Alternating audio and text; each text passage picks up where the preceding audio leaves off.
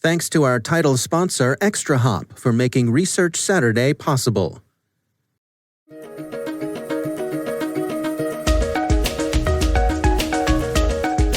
Hello, everyone, and welcome to the CyberWire's Research Saturday. I'm Dave Bittner, and this is our weekly conversation with researchers and analysts tracking down threats and vulnerabilities, solving some of the hard problems of protecting ourselves in a rapidly evolving cyberspace. Thanks for joining us.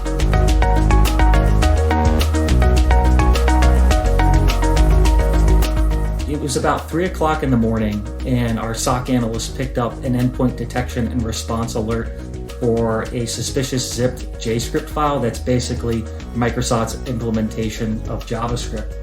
That's John Hensinski. He's Director of Global Operations at Expel.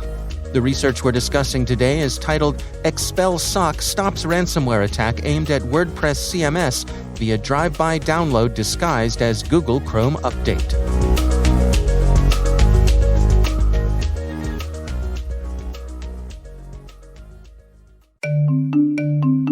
And now, a word from our sponsor, ExtraHop, stopping advanced threats with network detection and response. Stopping advanced threats requires knowing exactly what you're up against. With 90 days look-back, ExtraHop Reveal X is the only solution that shows you not just where the intruders are going within your network, but where they've been. ExtraHop Reveal X provides complete visibility across cloud, data center, and IoT, even when traffic is encrypted. Powered by cloud-based AI, Reveal X finds threats in real time, while powerful investigation and forensics capabilities allow you to respond 84% faster. See how it works in the full production demo, free online at extrahop.com/cyber. That's extrahop.com/cyber. And we thank ExtraHop for sponsoring Research Saturday.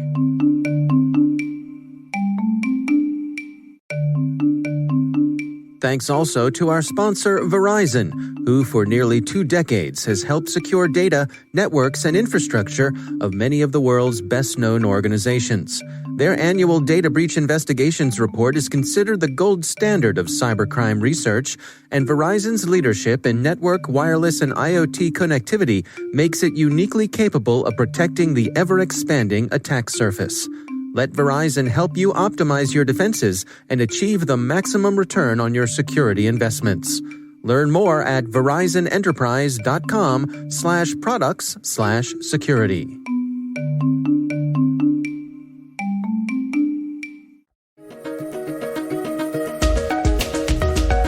When we were looking at the alert, it was using a name that was attempting to masquerade itself as a Google Chrome update.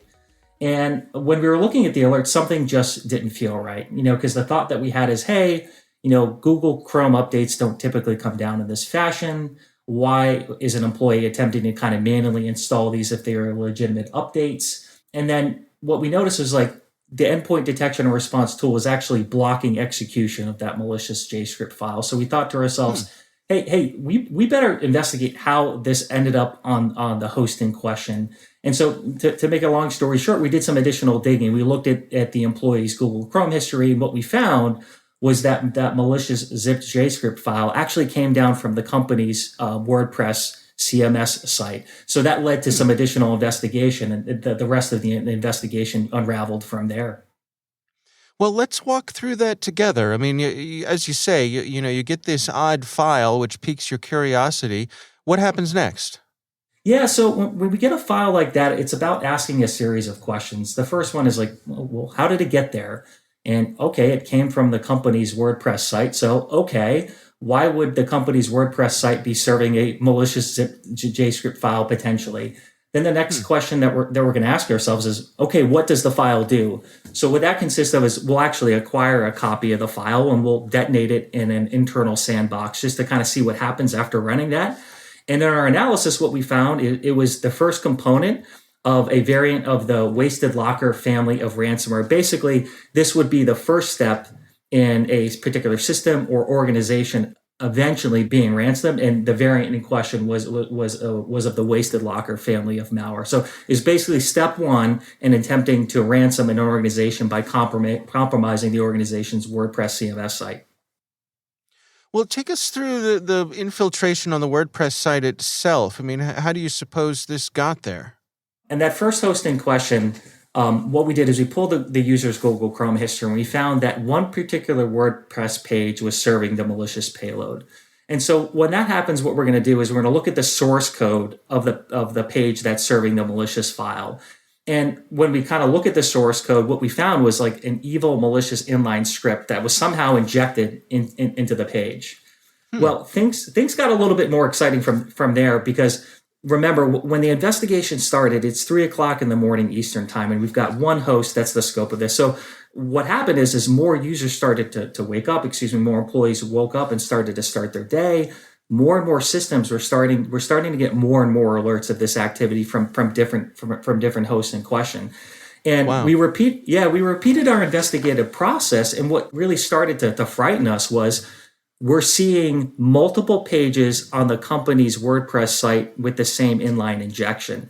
Now, luckily, the EDR technology was blocking execution of the malicious file, but keep in mind, this is a WordPress site that's accessible to anyone. So not only can the employees of the organization access that, but anyone with an internet connection could potentially be victimized from a result of visiting this particular any of those web pages. So there is a level of urgency there, and it wasn't just one page; it was multiple pages. So we're thinking, okay, we've got to move really, really quickly here. So our investigation pretty much works like this. Let's look at the source code of all of the compromised pages. And then the first step, it's pretty basics from there. It's like, okay, what version of WordPress is the organization running? And what we've got some third-party tools that can just get us, the versioning of the WordPress version that's running.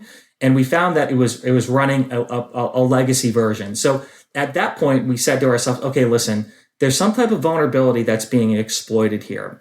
And we kind of look at the totality of what's happening. We stumbled across some open source research that attributed this to potentially being the SOC goalish framework. And basically, that's a framework used by attackers to spot vulnerable WordPress sites and inject pages with a malicious script that ultimately will serve something like a zip JScript file posing as a fake update with the intent of gaining access to systems to eventually conduct a ransomware attack.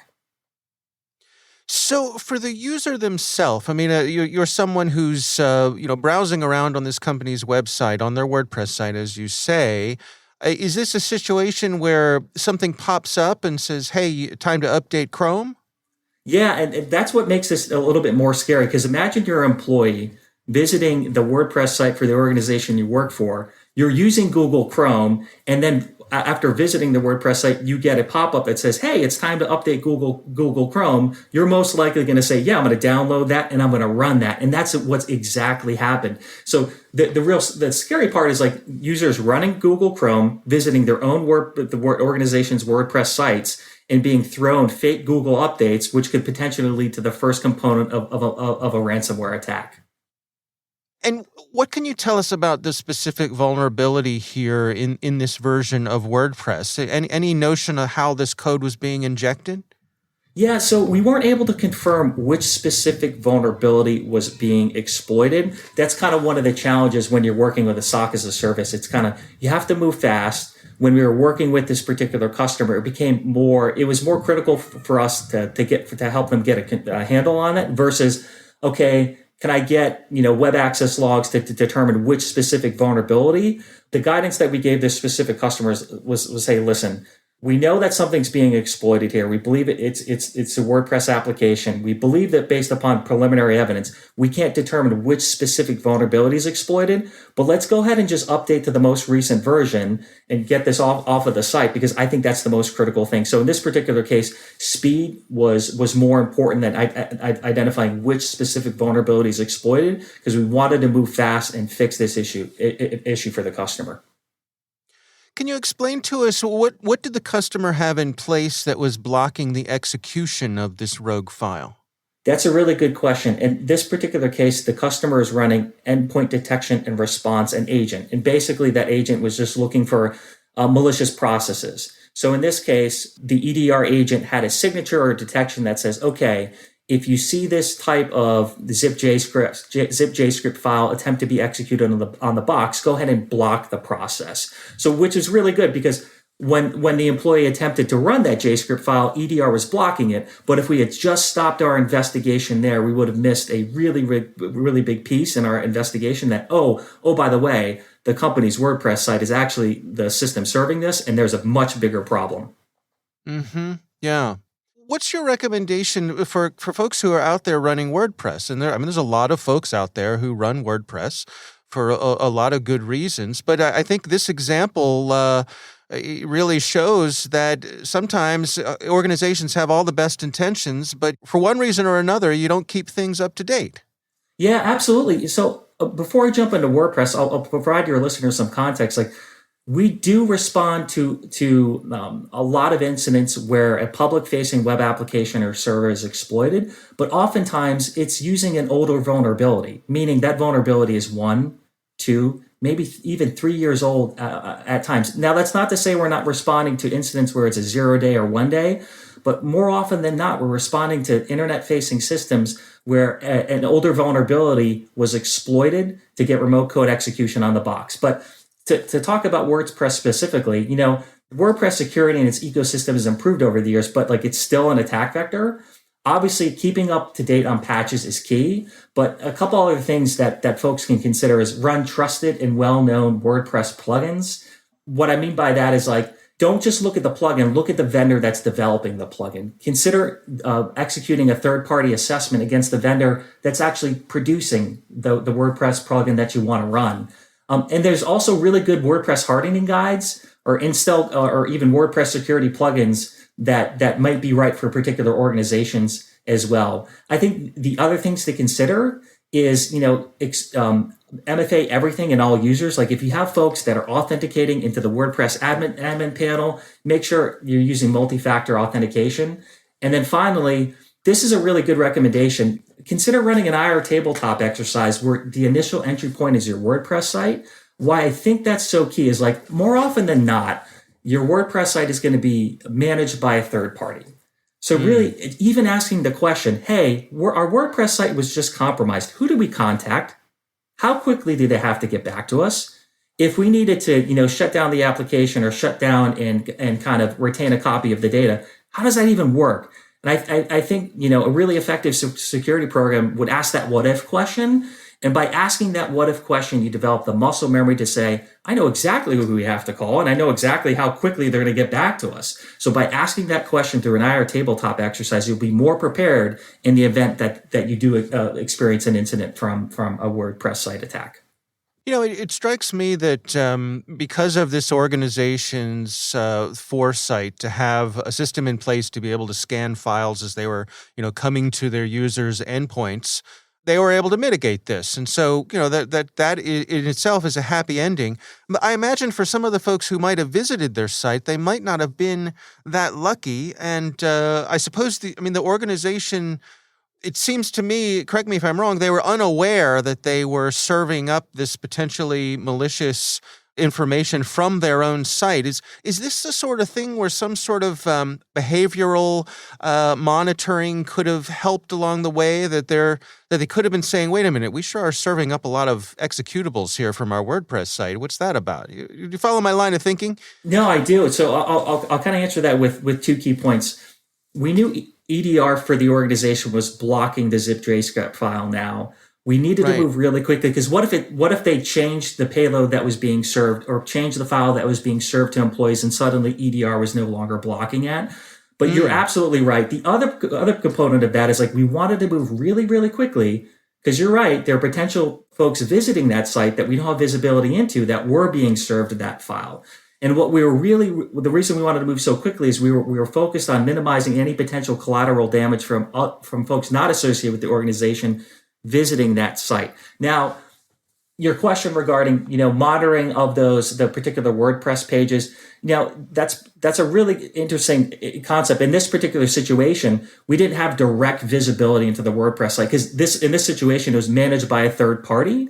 So if you do have direct access to your, WordPress site, monitoring for changes for those pages might be one more to explore. But I guess the best guidance I give it is follow the recommendations that we've outlined in terms of, staying up to date, running trusted plugins, following a hardening guide, MFA everything in all users, and then run that IR tabletop exercise. And that's probably going to be your best way to prevent an attack on your WordPress site. I mean, in the aftermath of this event itself, which, for the organization sounds like they were able to escape with minimal impact here. Were there any changes made to their own policies? Was it a bit of a wake-up call for them? Yeah, so obviously we're running the most up-to-date version of WordPress today, and we've confirmed that, and they'll update their patching procedure relative to their WordPress applications. And that this organization is also going to explore implementing or updating, their content security policies, which basically says, what JavaScript can run on my particular web applications. So that's one of the things I love about working as a SOC as a service is we use these incidents to help organizations improve their security strategy and their security posture. So this is a good wake-up call and say, hey, we've got to keep our WordPress sites up to date. We're going to explore our content security policies and kind of consider some other strategic changes. And I really hope, they didn't have to run an IR tabletop because we got to run that with them. But, consider running additional IR tabletops for some other scenarios is also up for consideration as well.